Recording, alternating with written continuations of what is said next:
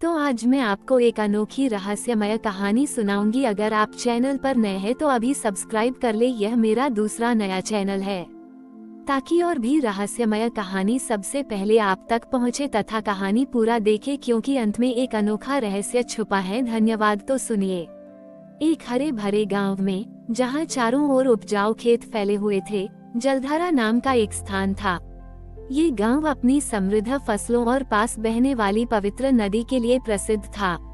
गांव के ठीक बाहर एक विशाल बरगद के पेड़ के नीचे एक पुराना और सूखा शिव कुआं था, जहां एक छोटी खुरदुरी जल शिवलिंगी स्थापित थी। यह मान्यता थी कि यह शिवलिंगी तभी अपने भीतर से जल प्रकट करती थी और गांव में समृद्धि लाती थी जब कोई व्यक्ति अपने धन और शक्ति के अभिमान को त्याग कर विनम्रता और सच्चे हृदय से निस्वार्थ भाव से दूसरों की प्यास बुझाता था, न कि केवल अपने दिखावे के लिए दान करता था। श्रावण मास में गांव के लोग और भक्त इस कुएं पर आते थे और जल की कमी दूर करने तथा शिव की कृपा के लिए प्रार्थना करते थे, यह मानते हुए कि शिव जी की कृपा से ही उनके खेतों में पानी और जीवन में खुशहाली आती है। परंतु पिछले कुछ दशकों से जलधारा के सबसे धनी व्यापारी श्रेष्ठचंद में केवल अपनी संपत्ति बढ़ाने और दूसरों पर श्रेष्ठता साबित करने की प्रवृत्ति बढ़ गई थी। वह जल को भी केवल एक संसाधन मानता था जिसे बेचा जा सकता है या नियंत्रित किया जा सकता है। उसने गांव के कई पानी के स्रोतों पर अपना कब्जा कर लिया था और जरूरतमंदों को ऊंचे दामों पर पानी बेचता था, जिससे उसकी दौलत बढ़ती गई। वह केवल कितना मुनाफा कमाया है और कितने भव्य समारोहों में दान दिया है इसका बखान करता था, जिससे उसके मन में सच्ची करुणा और सामाजिक दायित्व कम हो गए थे। इस बदलती हुई मानसिकता का परिणाम ये हुआ कि भले ही श्रेष्ठचंद बहुत धनी था, पर गांव में पानी की कमी और आंतरिक अशांति बढ़ती जा रही थी। सूखा शिव कुआं और खुरदुरी जल शिवलिंगी, जो कभी अपनी दिव्य ऊर्जा के लिए जानी जाती थी, अब पूरी तरह से निस्तेज और निष्क्रिय लगने लगा था। उसमें से कोई भी अलौकिक स्पंदन नहीं आता था। जलधारा में एक अजीब सी आंतरिक प्यास और आध्यात्मिक सूखापन आ गया था। श्रावण मास आया, पर कुएं पर कोई उत्साह नहीं था, क्योंकि कोई भी उसे जगा नहीं पा रहा था। कुछ पुराने और सच्चे ग्रामीण चिंतित थे, क्योंकि उन्हें पता था कि शिवलिंग बड़ी ई का निष्क्रिय होना श्रेष्ठचंद के लोभ और शिवजी की नाराजगी का संकेत है। श्रावण के पहले सोमवार की सुबह थी। सूखे शिव कुएं के पास एक बूढ़ा व्यक्ति बैठा था, जो वर्षों से श्रेष्ठचंद के व्यवहार को देख रहा था। उसने श्रेष्ठचंद को अपने पास बुलाया। श्रेष्ठचंद को उस साधारण बूढ़े व्यक्ति पर विश्वास नहीं था कि उसे लगता था कि वह क्या ही ज्ञान देगा, पर उस बूढ़े व्यक्ति की आंखों में उसे एक ऐसी अगाध शांति दिखी जिसने उसे रुकने पर मजबूर किया। बूढ़े व्यक्ति ने शांत स्वर में कहा, श्रेष्ठचंद, ये सूखा शिव कुआं केवल पत्थर और मिट्टी नहीं है, ये शिव की असीम दया का स्रोत है, जिसे केवल धन से नहीं भरा जा सकता। यह इसलिए निष्क्रिय है क्योंकि तुम्हारे भीतर धन का अभिमान और निस्वार्थ सेवा के प्रति अविश्वास बढ़ गया है। शिवजी को केवल भव्य दान से नहीं, बल्कि हृदय की शुद्ध श्रद्धा और दूसरों की प्यास बुझाने से प्रसन्न किया जाता है। जल शिवलिंगी तभी फिर से अपने भीतर से जल प्रकट करेगी जब तुम अपने भीतर लोभ और संशयवाद के मैल को हटाकर परोपकार की विनम्रता अपनाओगे। बूढ़े व्यक्ति ने श्रेष्ठचंद को एक चुनौती दी। इस श्रावण में तुम्हें इस सूखे शिव कुएं को फिर से जल से भरना होगा। तुम्हें इसके लिए अपने धन या अपनी शक्ति का उपयोग नहीं करना है, बल्कि अपने भीतर के सबसे बड़े अवरोध का त्याग करना होगा। तुम्हें इसे प्रकट करते समय अपने भीतर के अभिमान, लोभ और श्रेष्ठता के भावों को मिटाकर शुद्ध प्रेम और निस्वार्थ सेवा का भाव लाना होगा। तुम्हें अपने हाथों से केवल विनम्रता और समर्पण के भाव से प्रतिदिन इस जल शिवलिंगी को स्पर्श करना होगा और अपने नगर के उन सबसे प्यासे और उपेक्षित लोगों की सेवा करनी होगी जिनकी कोई मदद नहीं करत। मानो तुम स्वयं शिवजी के ही संदेशवाहक हो। ये तुम्हारा सेवा जल तप होगा।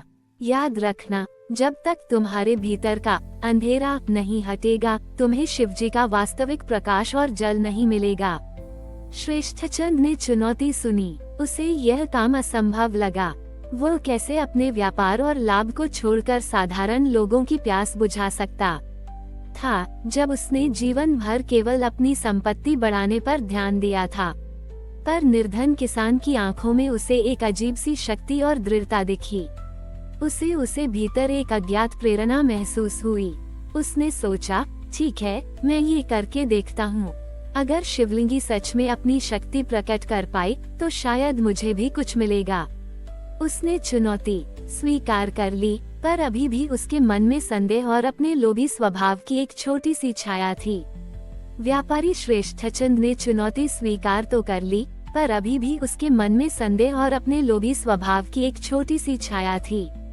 श्रावण के पहले सोमवार की शाम से उसने प्रतिदिन सूखे शिव कुएं और जल शिवलिंगी के पास जाना शुरू कर दिया। उसने अपने व्यापारिक सौदे और लाभ की गणनाओं को छोड़कर कुएं के शांत कोने में मौन सेवा शुरू की। वह गांव के उन हिस्सों में जाता जहां लोग सबसे ज्यादा पानी की कमी से जूझ रहे थे, जो छोटे छोटे बच्चों और बूढ़ों के लिए पानी का इंतजाम नहीं कर पा रहे थे। वह अपने हाथों से दूर से पानी लाकर उन्हें देता, न के मटकों को भरता और उन्हें सहारा देता, बिना अपने धन का प्रदर्शन किए या किसी से प्रशंसा की अपेक्षा किए। यह एक अभूतपूर्व कार्य था। एक व्यापारी जिसने जीवन भर केवल अपनी संपत्ति पर घमंड किया था, वह अब विनम्रता से उन लोगों की सेवा कर रहा था जिन्हें वह कभी तुच्छ मानता था। उसे यह बहुत कठिन लगा। उसका शरीर दुखता और उसका मन अक्सर उसे याद दिलाता कि यह सब उसके स्तर का काम नहीं है। उसे एहसास हुआ कि जो धन उसे कभी उसकी सबसे बड़ी ताकत लगता था, वही अब उसे विनम्रता और सच्ची करुणा सिखा रही थी। उसका लोभ ही उसके भीतर अशांति का कारण था। धीरे धीरे जैसे जैसे श्रेष्ठचंद हर दिन निस्वार्थ भाव से उन प्यासे लोगों की सेवा करता गया, उन्हें सहारा देता, उनकी प्यास बुझाता, उनसे प्रेम से बात करता, उसे केवल शारीरिक प्रयास ही नहीं बल्कि एक आंतरिक बदलाव भी महसूस हुआ।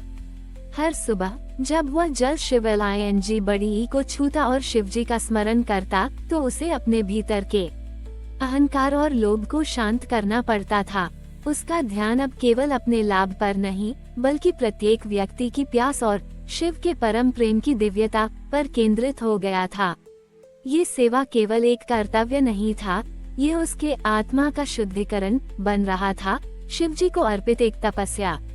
वो अब किसी को कुछ साबित करने के लिए यह सब नहीं कर रहा था, बल्कि अपने भीतर की शांति और उस पुराने विश्वास के भाव को वापस लाने के लिए कर रहा था, जिसे उसने कभी नकार दिया था।